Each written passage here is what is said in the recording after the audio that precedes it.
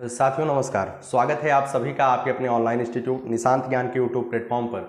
मैं नितिन उपाध्याय आप सभी साथियों का स्वागत करता हूं, अभिनंदन करता हूं आज की इस वीडियो में। मित्रों, आज संडे है और संडे के दिन में जो है बहुत सारे क्वेश्चन आपके जो है पूरे हफ्ते से सप्ताह से आए हुए थे। उन सभी क्वेश्चनों को मैंने लिस्टेड किया है। उन सभी क्वेश्चनों पर एक एक करके आप सभी का मैं जवाब दे देता हूं। उम्मीद है कि आप सभी लोग पढ़ाई बेहतरीन तरीके से कर रहे होंगे, क्योंकि कंपटीशन जो प्रतियोगिता है वो बहुत धीरे धीरे समय के अनुसार टाइट होती जा रही है। हर किसी के पास साधन उपलब्ध है, बेहतरीन तरीके से लोग पढ़ाई कर रहे हैं। तो आप चूकिए नहीं, थोड़ा सा जो और सब कर रहे हैं उससे कुछ अलग करने का प्रयास करिए। सब लोग ऑनलाइन स्टडी पर ज़्यादा फोकस कर रहे हैं, थोड़ा सा आप बुक की तरफ मुड़िए, मेरा मानना है, तभी जाकर के आपको सफलता मिलेगी। चलिए इस वीडियो की शुरुआत करते हैं एक लाइन के साथ। आज संडे है, मुझे जगा दिया तेरी यादों ने, वरना आज संडे था मैं काफ़ी देर तक सोता। तो चलिए शुरुआत करते हैं। और संडे को जो है फंडे बनाने का प्रयास आप लोग ज़रूर करिए। कैसे बनेगा? वह तब बनेगा जब आप लोगों के हाथ में एक रोजगार होगा और बेहतरीन तरीके से आपका जीवन चल रहा होगा। चलिए मित्रों, इसके लिए आप लगातार प्रयासरत रहिए। आपका भाई आपके साथ है, मेरा आशीर्वाद आप सभी के साथ है। आप बेहतर करेंगे, मुझे विश्वास है। सबसे पहला क्वेश्चन ये है कि जो 45,000 शिक्षक भर्ती का पत्र जारी हुआ है, अभी आप लोगों ने एक लेटर देखा होगा, सचिव जी ने कुछ भेजा है, तो उस लेटर का मतलब काफ़ी लोग नहीं समझ पा रहे हैं। देखिए मित्रों, मैं आपको बता दूं, अनुराग नाम के एक बच्चे ने जो है उस दिन जो प्रिंट मीडिया के माध्यम से निकाला गया था कि 45,000 बेसिक शिक्षकों की भर्ती जो है उत्तर प्रदेश में आने वाली है।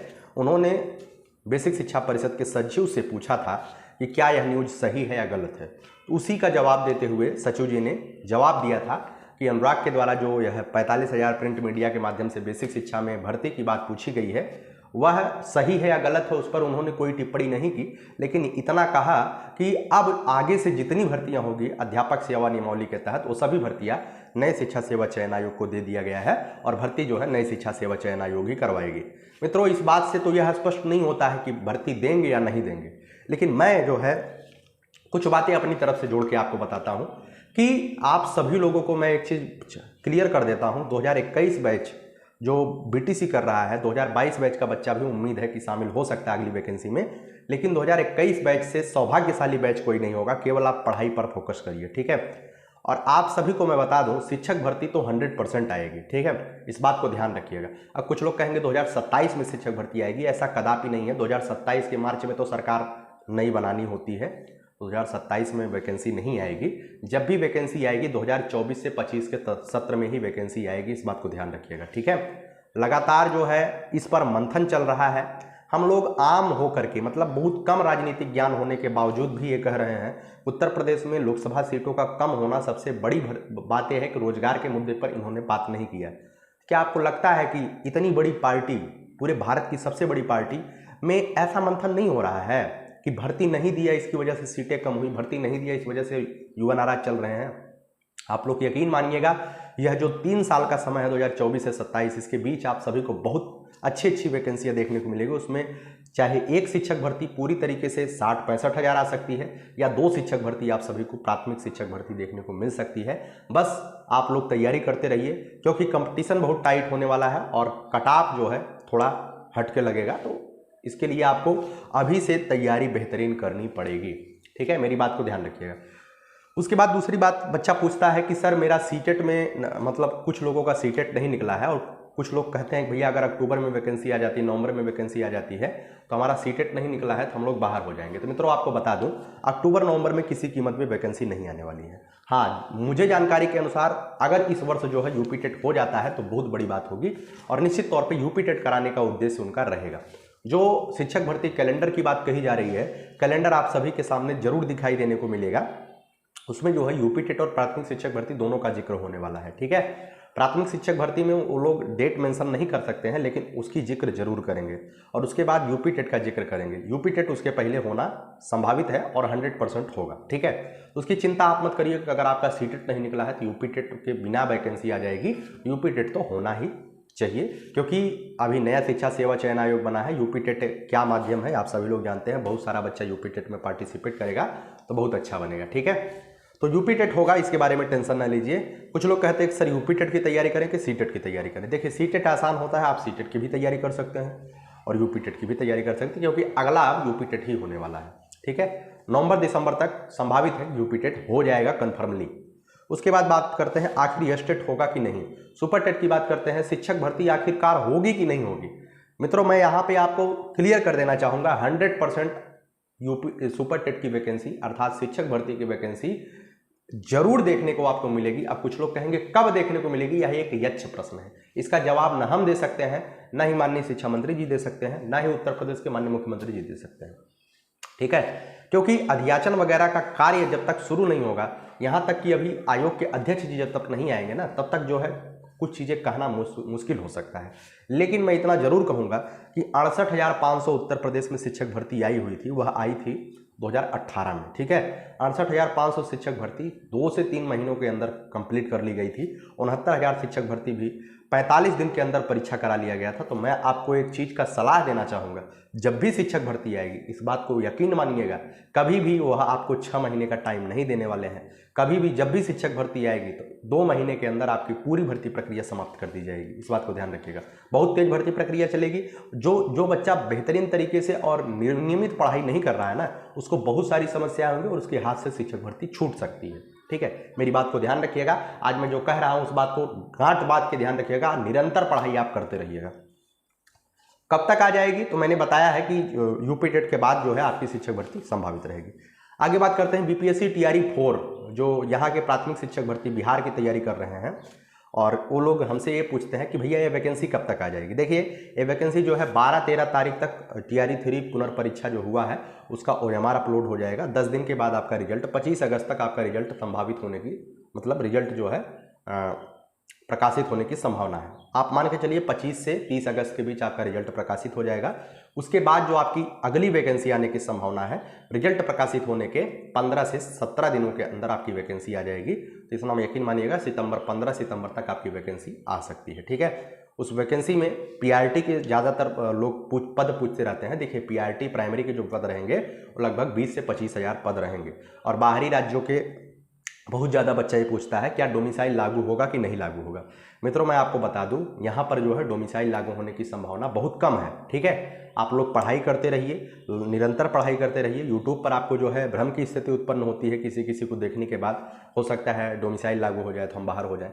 देखिए, मैं आपको बताता हूँ, आपके हाथ में कुछ नहीं। अगर डोमिसाइल लागू भी हो जाएगा तो आप कुछ कर नहीं पाएंगे। ठीक है, आपके हाथ में क्या है? आपके हाथ में केवल कर्म करना है, पढ़ाई करना है। अगर डोमिसाइल नहीं लागू होता है तो आप आकर के पेपर दीजिएगा और नौकरी लीजिएगा। अगर डोमिसाइल लागू हो जाता है तो निश्चित तौर पे आपके संघर्षों का दिन अभी कुछ दिन और चलेगा। ठीक है, तो आप लोग तैयारी करते रहिए, जो होगा जैसे होगा वह अच्छा ही होगा। ठीक है, कभी भी देखिए, मेरे जीवन में भी बहुत सारी घटनाएं ऐसी घटती हैं जो मुझको लगता है कि बहुत बुरा हो गया, लेकिन कभी कभार जब मैं स्वयं से चिंतन करता हूं तो मुझे लगता है नहीं, ऐसा नहीं होता तो फिर बेहतर नहीं हो पाता। निश्चित तौर पे जो होता है वह बेहतर ही होता है, ये ईश्वर की इच्छा होती है। ठीक है, डोमिसाइल लागू होने की संभावना कम है, लेकिन यहाँ कुछ भी हो सकता है। ठीक है, जगह जगह पे विरोध चल रहे हैं। मैं आपको हतोत्साहित नहीं करूँगा, आप पढ़ाई करते रहिए, संभावना कम है। निश्चित तौर पे आप सभी लोग शामिल होंगे और तैयारी करते रहिए। ठीक है, सितंबर महीने के द्वितीय सप्ताह में आपका जो है वो आ जाएगा, जिसे कहते हैं नोटिफिकेशन। 15 दिन आपका जो है चलेगा। उसके बाद आपकी परीक्षा नवंबर महीने में संभावित है। ठीक है, टीआरई 5 की बात करते हैं तो क्या टीआरई 5 आएगा? निश्चित तौर पे टीआरई 5 की भी यहाँ पे परिचर्चा चल रही है।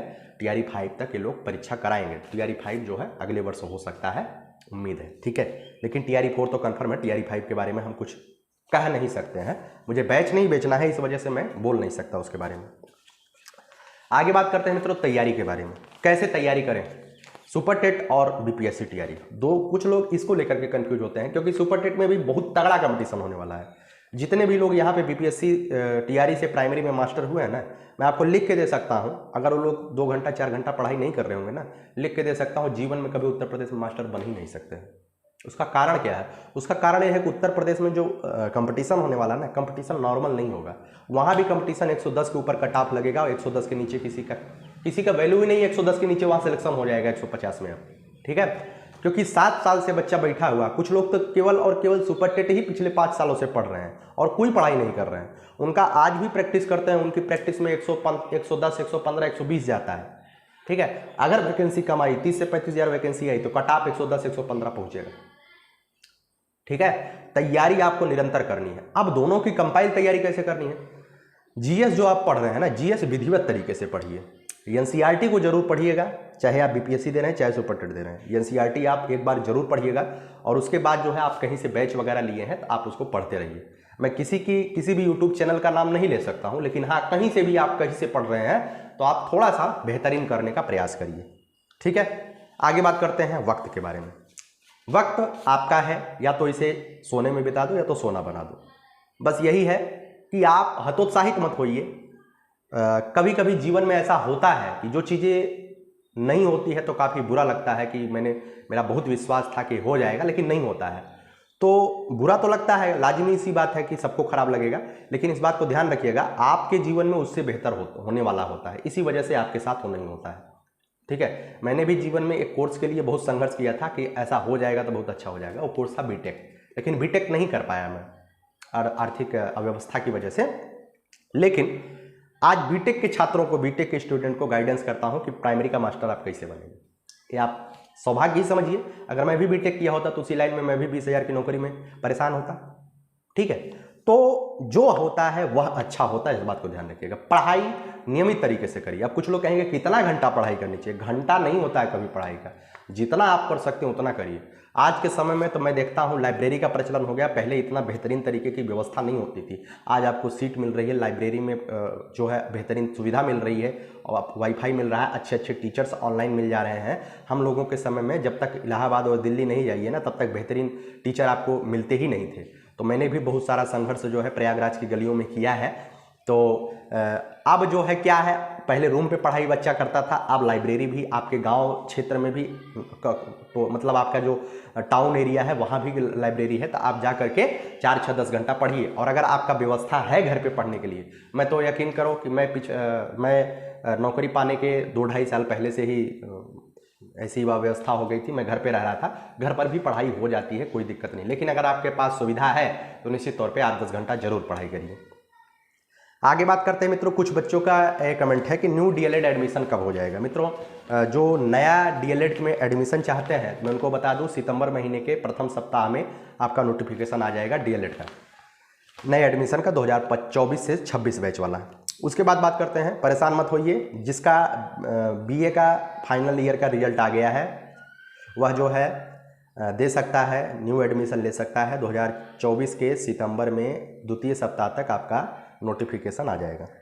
उसके बाद बात करते हैं UP TGT PGT exam date के बारे में। जो अगस्त 2022 में टीजीटी पीजीटी एग्जाम हुआ था, उसका जो फॉर्म भराया गया था, उसका जो है एग्जाम कब तक हो जाएगा। मित्रों, मैं आपको बता दूं, उसका एग्जाम जो है सितंबर महीने के अंतिम सप्ताह में प्रस्तावित है। सितंबर महीने के अंतिम सप्ताह, अक्टूबर के प्रथम सप्ताह में आपका एग्जाम संभावित है। जो बच्चा टीजीटी पीजीटी भरा हुआ है वह तैयारी बेहतरीन तरीके से करना प्रारंभ कर दे। अब इसमें काफ़ी ज़्यादा बच्चा ये पूछेगा कि सर आपने भी भरा है, तो मित्रों मैं आपको बता दूं, मैं टीजीटी पीजीटी उस वाले एग्जाम में पार्टिसिपेट नहीं कर पाऊँगा। मेरा कुछ समस्याएं हैं, इस वजह से नहीं उसमें मैं शामिल हो पाऊँगा। उसके बाद बात करते हैं मित्रों, न्यू एलटी ग्रेड एग्जाम कब तक, तो एलटी ग्रेड वैकेंसी कब तक आएगी। जो राजकीय विद्यालय में जो है बीएड के जो जितने स्टूडेंट हैं पूछते रहते हैं, आप सभी के लिए खुशखबरी है कि अर्हता विवाद समाप्त हो गया है। आपकी वैकेंसी कभी भी किसी भी समय जारी की जा सकती है। तो इतना यकीन मानिए कि आपकी वैकेंसी बहुत जल्द जारी हो सकती है। बहुत जल्द का मतलब 1-2 महीना मान के चलिए। ठीक है, आपका एलटी ग्रेड का विज्ञापन आ जाएगा। लेकिन जब विज्ञापन आएगा तो बेहतरीन तरीके से आपकी परीक्षा भी होगी। और एलटी ग्रेड बहुत बेहतरीन वैकेंसी है। जो बीएड का स्टूडेंट एलटी ग्रेड में टीचर बनना चाहता है, मैं उसको जरूर कहूँगा कि इतना आसान नहीं है एलटी ग्रेड में शिक्षक बनना। आपको अभी से जो है किसी अच्छे मार्गदर्शक से पढ़ाई करनी चाहिए और अच्छे मार्गदर्शक के बीच रह करके बेहतरीन तरीके से पढ़ाई करिए। वैकेंसी अगर अक्टूबर में भी आती है तो उसकी परीक्षा दिसंबर जनवरी फरवरी में होगी। तो आपके पास एलटी ग्रेड की तैयारी के लिए मिनिमम 6 महीने होने चाहिए। उसके पहले आपका कोर्स ही नहीं कंप्लीट हुआ। ठीक है, एक अच्छी तैयारी के लिए और श्योर शॉट सिलेक्शन के लिए आपको 6 महीना आपको चाहिए ही चाहिए। ठीक है, आखिर क्या, ठीक है, इसके बारे में मैं आपको बता दूं, आखिर यही है कि आपके हाथ में क्या है। आपके हाथ में केवल और केवल मेहनत है, परिश्रम है, करते रहिए, बस और कुछ नहीं। ठीक है, बस इसी के लिए आपको दिन रात एक करना है। लगातार पढ़ाई करते रहिए। हिस्ट्री कंप्लीट होती है, ज्योग्राफी पढ़िए, उसके बाद पॉलिटी पढ़िए, वो कंप्लीट होता है हिंदी भी पढ़ लीजिए, है ना। सारी चीज़ें पढ़ते रहिए, लगातार पढ़ते रहिए। मैथ को हल्के में मत लेना, इस बात को ध्यान रखिएगा। मैथ को जो हल्के में लेगा सिलेक्शन से बाहर हो जाएगा, चाहे बीपीएससी की बात करें, टीआरई की बात करें, चाहे जो है सुपर टेट की बात करें या किसी भी भर्ती परीक्षा की बात करें। 20-25 नंबर का जो मैथ आता है वो सिलेक्शन का आधार बन जाता है।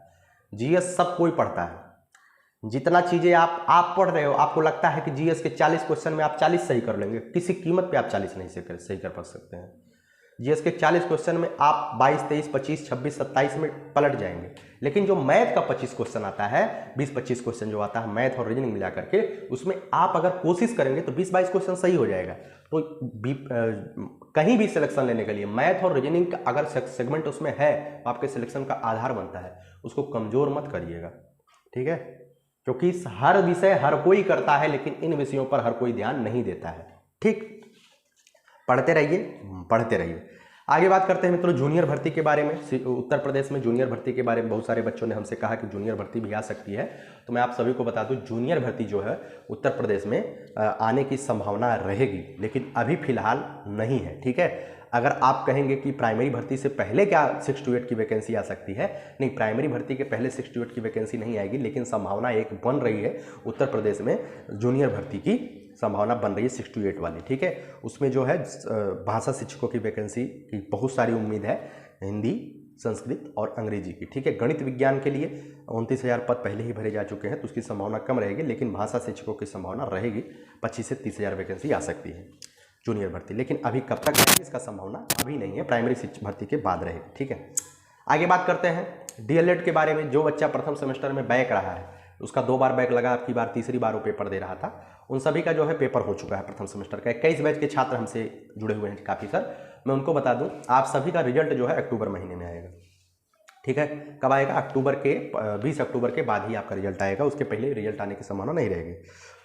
तो अगर आप बीपीएससी टीआरई में शामिल नहीं हो सकते हैं तो आपको क्या करना चाहिए मित्रों? अगर आप बीपीएससी टीआरई में शामिल नहीं हो सकते हैं ना, तो आपके सामने बड़ी भर्ती क्या है, DSSB पीआरटी एक बड़ी वैकेंसी आपके सामने है। वह वैकेंसी कब तक आएगी? अक्टूबर के लास्ट में आएगी, और तब तक आपका 100% रिजल्ट आएगा। अक्टूबर के लास्ट में आएगी या नवंबर में आ जाएगी, ठीक है। DSSB पीआरटी आएगी। उसके बाद बात करते हैं केवीएस की वैकेंसी। केवीएस की वैकेंसी भी इस वर्ष के वर्षांत में आपको देखने को मिल जाएगी, अभी तय है।